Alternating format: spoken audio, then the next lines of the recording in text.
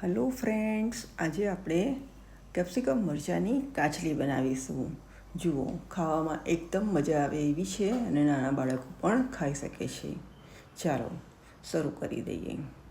એને માટે આપણને ફક્ત કેપ્સિકમ, મીઠું અને લીંબુ જ જરૂર પડશે. સૌપ્રથમ આપણે કેપ્સિકમ મરચાંને પાણીથી સરસ ધોઈ અને કોરા કરી લઈશું અને પછી એને લાંબી લાંબી ચિપ્સમાં કાપી લઈશું. જુઓ, કેપ્સિકમ મરચાંને મેં ધોઈ લીધા છે અને હવે એના બીજ કાઢી નાખીશું વચ્ચેથી. અને એના બહુ મોટું કેપ્સિકમ છે આ તો, એટલે આપણે એને વચ્ચેથી પણ કાપી અને આંગળી જેવી નાની નાની ચિપ્સ કરી લઈશું. આ કેપ્સિકમમાં પણ બે જાત આવે છે. કોઈ કેપ્સિકમ એટલા પાતળા આવે છે કે જેનો ગર્ભ પણ હોતો નથી. પણ જો આપણે આ સિઝનમાં કરીએ છીએ, એટલે કે ચૈત્ર ફાગણ મહિનામાં, ફાગણ ચૈત્રમાં તો કેપ્સિકમ બજારમાં પુષ્કળ મળે છે અને અત્યારે આવા ગર્ભદાર કેપ્સિકમ સરસ મળે છે. હવે કેપ્સિકમ કપાઈ ગયા છે, એમાં એક લીંબુ આપણે નિતારી લઈશું.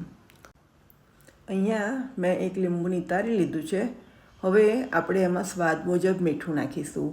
મીઠું જરાક આગળ પડતું નાખવાનું છે, એટલે સુકાશે પછી મીઠું એમાં ચડી જશે, કારણ કે મીઠું ઘણું બધું થાળીમાં જ આપણી રહી જશે. જુઓ, આ રીતે એને પછી આપણે મિક્સ કરી લઈશું. હવે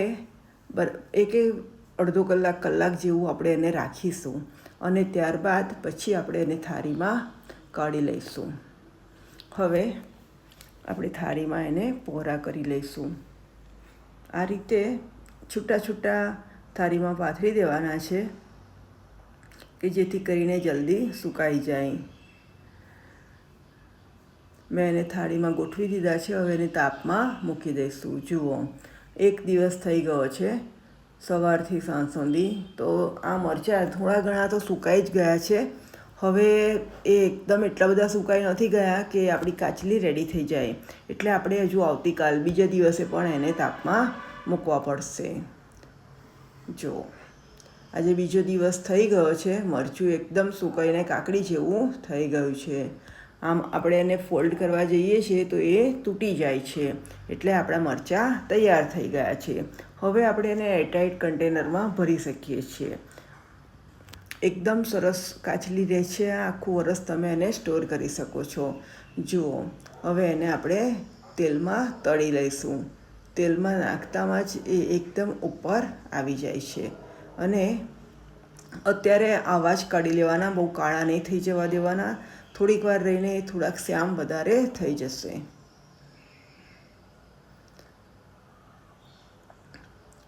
આ મરચાંની કાચલીમાં ઉપર મીઠું મરચું જો તમને ઈચ્છા થાય તો તમે ભભરાવો, પણ એમ સરસ જ લાગે છે. પણ મસાલો થોડોક વધારે જો જોઈતો હોય, મરચું આમાં લાગશે નહીં, આપણે મરચું નાખ્યું નથી, એટલે ઉપરથી થોડુંક મરચું ભભરાવશો તો ખાવાની વધારે મજા આવશે. ખરેખર આ કાચલી બહુ સરસ લાગે છે. જુઓ, તળાઈને તૈયાર છે. તમને જો આ રેસીપી ગમી હોય તો મારી ચેનલને સબસ્ક્રાઈબ કરજો. તમારા મિત્રો અને સંબંધીઓમાં આ રેસીપી શેર કરજો અને લાઈક કરજો. કોમેન્ટ કરજો કે કેવી લાગી.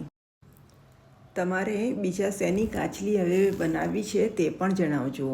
જુઓ, તરેલા મરચાં મેં બીજી વખતે આ કાચલી તરી છે તે વખતે હું થોડું એમાં મીઠું અને મરચું નાખીને પણ બતાવું છું. એમાં આ રીતે ઉપરથી મીઠું અને મરચું ભભરાઈ દેવાનું છે. ખૂબ જ સરસ લાગે છે. તમે કંઈ પણ, અત્યારે જો સિઝન છે રસ રોટલીની, તો રસ રોટલીની જોડે શાકને બદલે જો કાચલી લઈને બેસો તો પણ મજા આવી જાય. ચલો મિત્રો, બનાવજો, ખાજો અને એન્જોય કરજો. Thank you for watching. Next વિડીયોમાં ફરી મળીશું. જુઓ કેટલી સરસ દેખાય છે.